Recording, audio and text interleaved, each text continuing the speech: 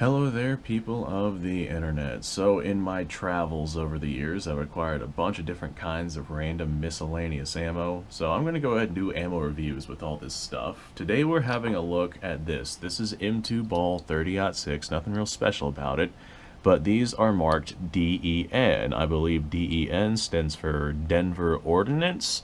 And this is about your stereotypical M2 ball. There's nothing really that stands out with these particular cartridges. They're all dated, looks like either 1940, looks like 1943. I think that's the same on all the cases I have. I got a grand total of 3 of these rounds. No idea if they're going to actually go off. I'm pretty sure that these are all factory loads because they all have this red, it's like a lacquer seal that goes around the primer. And that's something that you see indicative of factory loads and not necessarily hand loads. So let me go ahead and set that down right there. We'll have a look at the internals of what this M2 ball looks like. My bet is it probably looks very similar to the other M2 ball that we've checked out so far. Let me go ahead and pull our bullet out of here. It looks like a 150 grain bullet. Probably nothing real special about that. And we'll pour the gunpowder inside of here. What's your bet? It's a stick powder. I'm betting around 46 grains or so. Oh, 50 grains. All right, cool. So either this is a much spicier load than some of the other M2 ball that we've come across, or it's a different gunpowder that burns probably a little bit slower. So 50 grains of whatever stick powder this stuff is. That's very fascinating. This is why you don't mix powder. This stick powder looks very similar to some of the other M2 Ball 30-06 powders that we've looked at, but clearly since we have like 51 grains in this and we've had like 45, 46 grains in the others, this right here is a slower burning powder, the other stuff is a faster burning powder. You don't want to stick like 51 grains of the faster burning powder inside of a cartridge like this because then it would be overpressure. I don't think I can show me doing that on YouTube, but then it would be overpressure. So, yeah, that's 51 grains of powder there. I'm going to go ahead, reassemble this bullet, and we're going to get it out to the range. Ammo evaluation. Now we're having a look at some Denver Ordnance 30-06. It's got like this red primer on the back. So I don't know if this ammo was actually made in Denver, but Denver Ordnance 30-06. This should be M2 ball, so a 150 grain bullet moving about 2,800 feet per second. So not near as powerful as commercial grade 30-06, but still quite potent. We're going to be firing it from this right here. This is a 1917 Enfield with a full-length barrel, 1 in 10 twist, so it should be able to stabilize basically everything. And we're going to be shooting at about 50 yards. I want to see what kind of accuracy we get. I want to see if this old ammo actually goes off. It should. It looks pretty good. So we shouldn't have any issues with detonation, fingers crossed, because we have had issues with that in the past.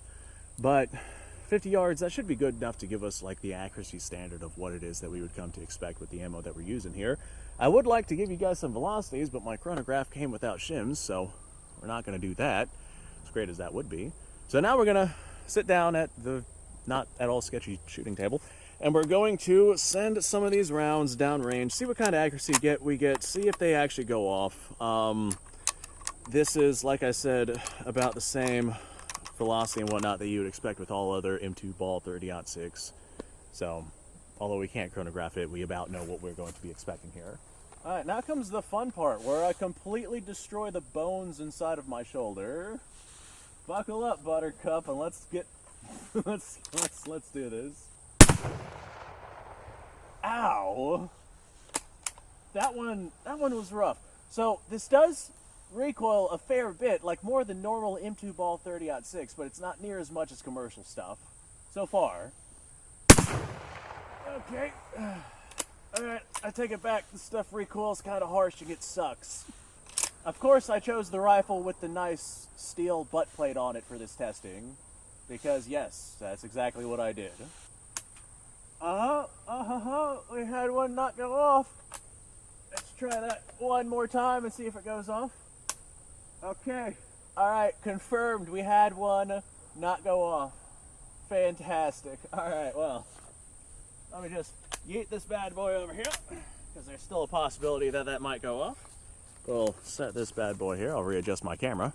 Alright, at least we had some rounds go off. We had 2 rounds detonate without a problem, and then a third one deciding not to go off at all. Primers look okay. No signs of overpressure anywhere on these.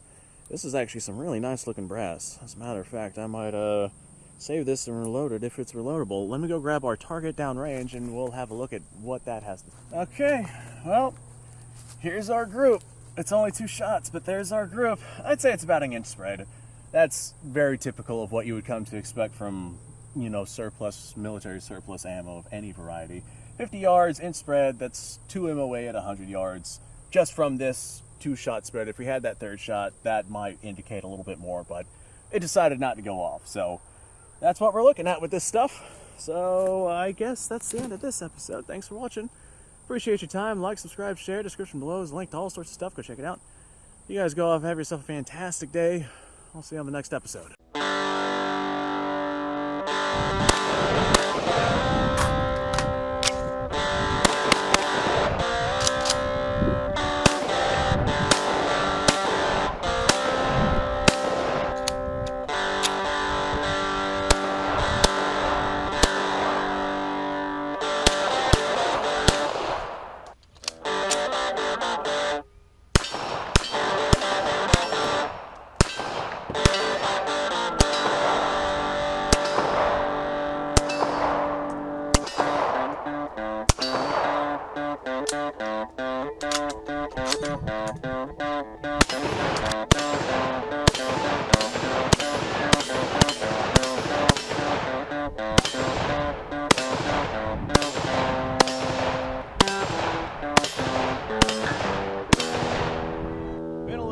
Since I've done this.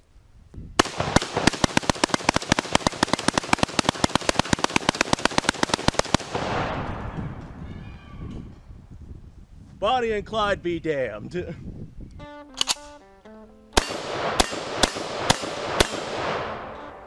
Poor man's Garen.